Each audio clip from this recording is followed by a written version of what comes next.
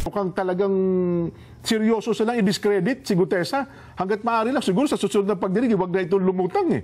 Kasi hindi na rin matagpuan ngayon at hindi na malaman kung saan nila hahanapin. Diyan mo makikita ang kahalagahan ng testimony ni Gutesa.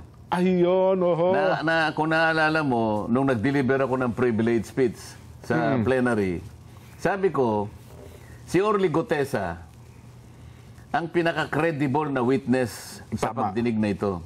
Ang totoo niyan, sabi ko, sa aking palagay, si Gutesa mas credible kaysa sa marami dito sa ating kapulungan. Opo. Sinabi ko yun. Opo, napanood ko po yun. At sa aking palagay, si Gutesa ay mas matapang kaysa sa karamihan natin dito sa kapulungan ito. Oho. Kaya ganun na lang ang ginagawa nila. Kung makikita mo, lahat ay nagsisikap.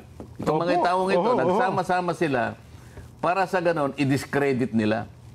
Dahil dito sila natakot eh.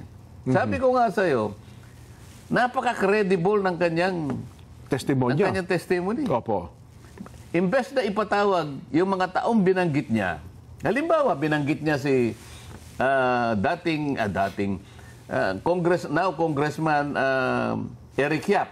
Opo. Nakita niya siya nagdala ng pera ron. Opo, Tinawag ba si Eric Yap? Hindi tinawag eh. Hindi ba pinakamaganda ron tatawagin mo para kung gusto mong baliwalain, i-discredit si Gutesa, paharapin mo si Eric Yap, siya mismo magsasabing hindi po totoo yan. O iharap mo.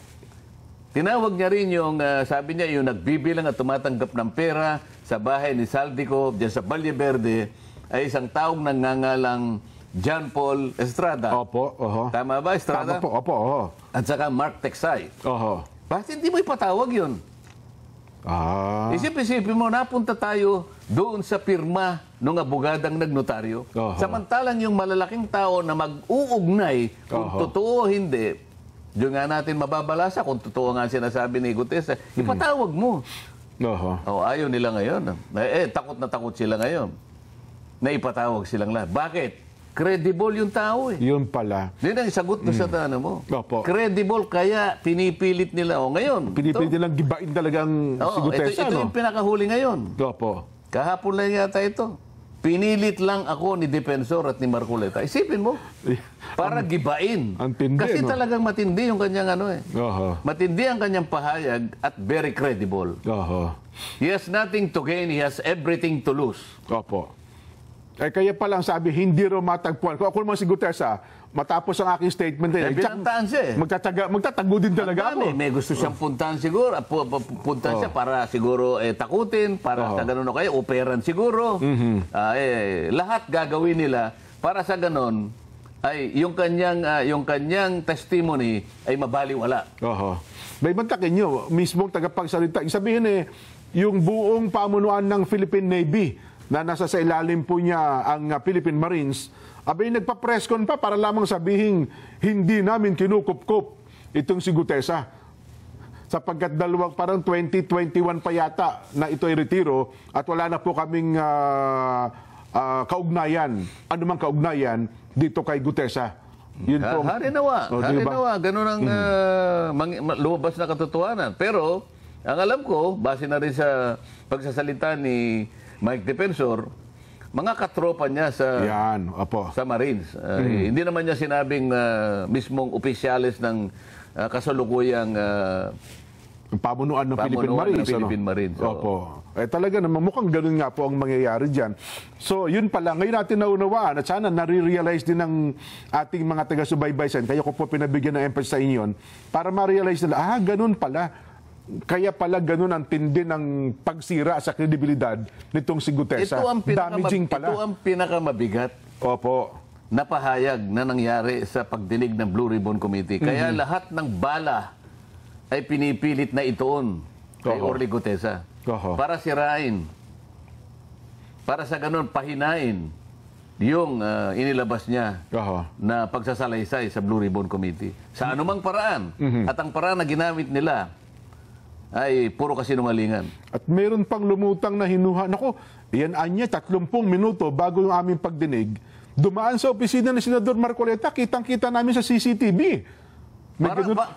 Parang napakalaki niya, parang ang dating, naku, tinuruan yan. Kaya, parang ganun po ang gustong ipinta sa isip ng tao, Sen, eh. Ganun nga ang kanilang patakaran, eh. Oho. Para bang kasalanan ba, krimen ba, na yung tao ay pumunta sa opisina ng senador? May usapan nga kami. Di ba? Nauna ko nang sinabi yun at ipinahayag na. Sabi ko, o sige, hindi kita kilala. Ngunit kung talagang tama yung sinasabi mo dito sa salaysay mong ito, una, panotaryo mo. Sana, para ganap kong mapaniwala na talagang yun ipon sarili ko lang naman dyan. Ano? Opo. Kesa naman sa parang wala man lang notaryo. Alam mo naman sa natin. Abogado, sa practice niya po yan. Notaryado yan. At least, yung draft mo ay na-convert into a public document. Opo, may kumpiyansa. Ngayon, kung halimbawa mapatunayan nila na hindi nga siya nakapirma, anong magiging problema doon? Kung halimbawa, hindi siya, pero meron kang pinapirma, ang problema ninyong dalawa, yung pumirma at saka yung nagpapirma. Tama. Hindi ba? Pero yung kanyang testimony, hindi nawawala ng bisa yun. Sapagkat humarap ka eh. Opo. Nanumpa ka din sa kanila eh. Yun ang usapan dyan. Yun pala. Pati ho yung lugar na pinagkitaan nyo eh, pati yung restaurant eh. Pinayata yung mga video footages eh. Para bang merong, is there something surreptitious? Oo. O halimbawa, sabi ko sa kanya, okay, panotary mo yan at kung talagang buong loob mo, nakapag-isip kang mabuti, di pumunta ka ako sa Senado bago mag-alas 9. Ayan, Dahil sa mag-uumpisa ka ako ang Blue Ribbon Committee hearing ng alas 9. So ngayon, dahil yun ang usapan namin, ako naman, nagbabaka sakali, baka nga dumating, sabi ko sa isang staff, merong isang tao na gustong tumestigo, ganito yung pangalan niya. So isa sa inyo umalalay, baka sakaling dumating, pumoste kayo doon. Ayun. So, ayun. Kumuha raw ng CCTV, pumunta raw sa opisina ko. Alam ka nang pumunta sa opisina ng kusino, ako nga ang kausap eh. Kayo pala nagpapunta. Kasalanan ba yun? Ang una kong tanong ganito, sino naman yung nagpanukala na sa bawat ganito kumukuha siya ng CCTV? Anong authority mo? Kung senador ka, anong authority mo na magpakuha ka ng CCTV para mag-espiya ka doon sa kapwa mo senador? Nasa regulasyon ba namin ito? Anong masama ba kung sakasakaling may pumunta nga sa opisina ko? Lahat ba pakikialaman mo kung senador ka? Lahat ba pakikialaman mo kung sino-sino ang pumupunta sa opisina ng bawat senador? May authority ka ba na gawin yun? Nako. Makakarating tayo sa usapin na yan eh. Sino ka? Gaano ang otoridad mo para pakialaman mo ang bawat tao na pupunta sa opisina ng bawat isa sa atin? Ng kapwa yung senador, ano? Di ba? Saglit lang, Sen, ha?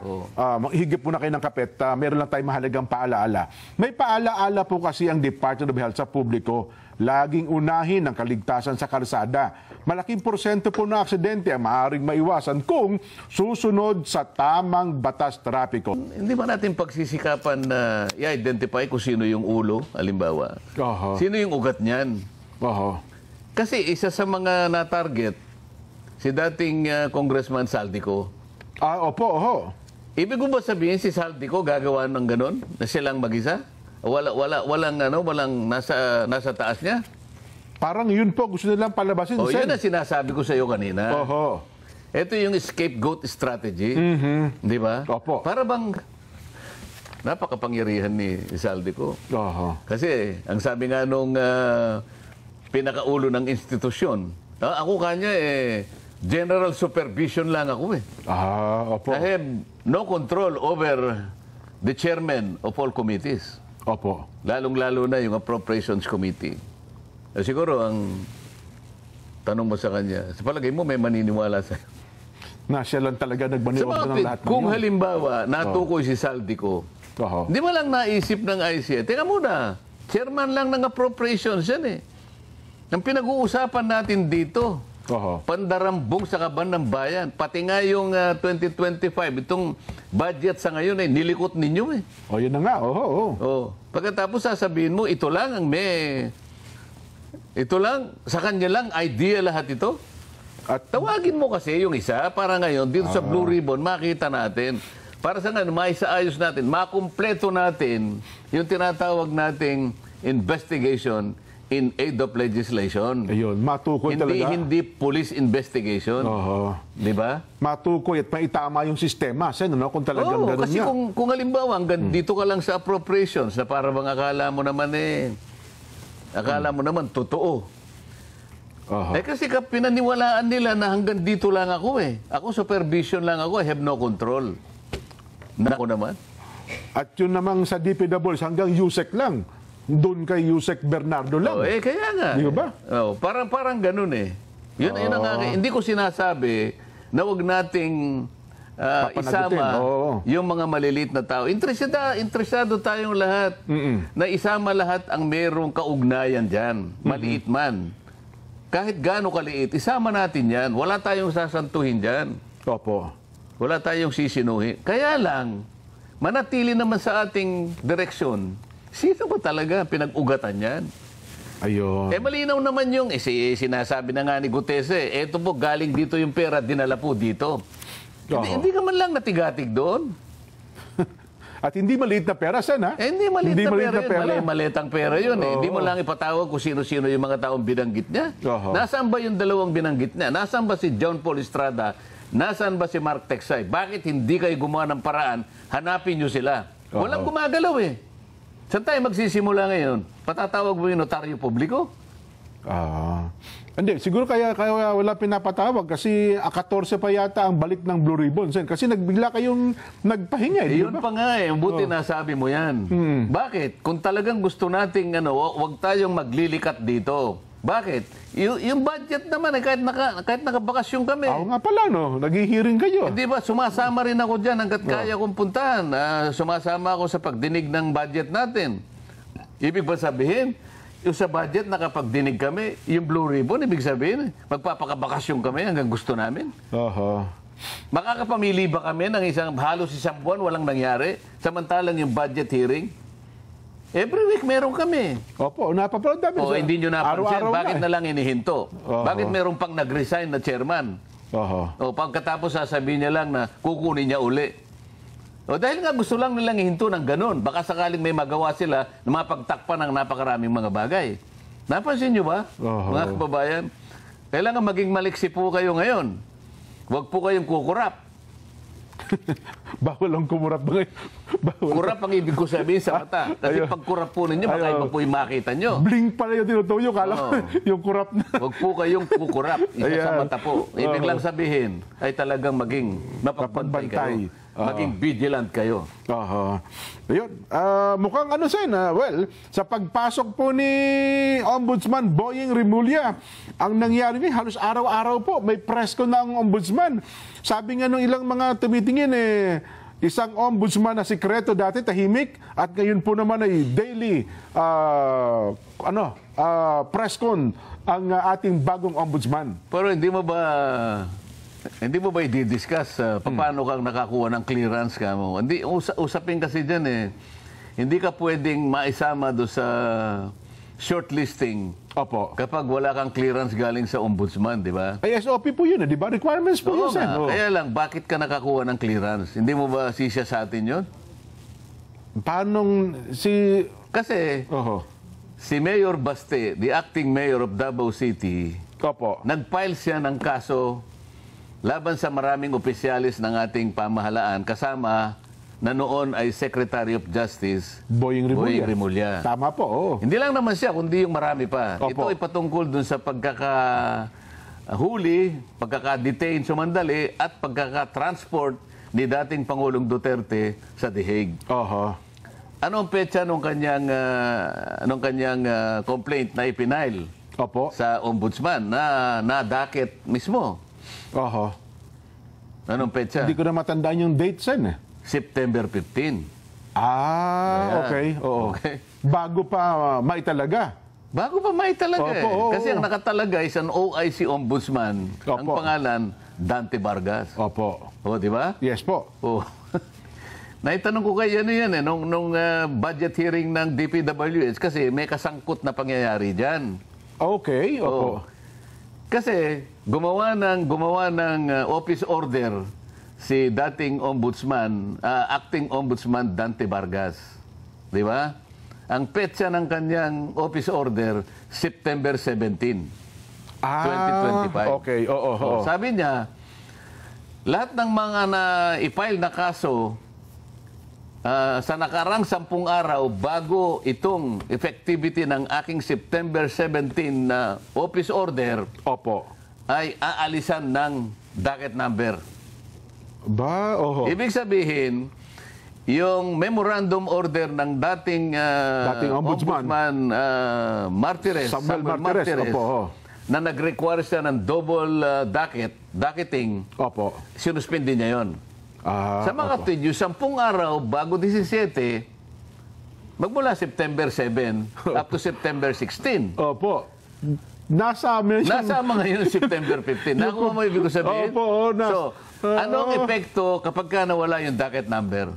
Di parang baliwala na rin po yung ano. Hindi, tanungin mo ko. Ano nga po epekto nun? Ano po epekto pag nawalan docket number? Ito nga excited eh. Tanungin mo muna ako. Opo. Diba? Ayun. Kapag ka naman, sangayon din doon sa office order ni Dante Vargas, yung acting, mula sa pagiging active case, Opo. mapupunta sa case being evaluated. So, for evaluation. For evaluation. Sa mga tweet, hindi siya kaso. Oho.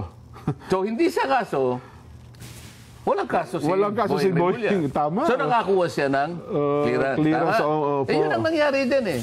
Oho. O, paano nasangkot yung DPWH? Opo, paano nga po nasangkot sila? September 11. Ba, ilang araw lang. Oho. Hindi kasama siya doon sa 10 araw eh.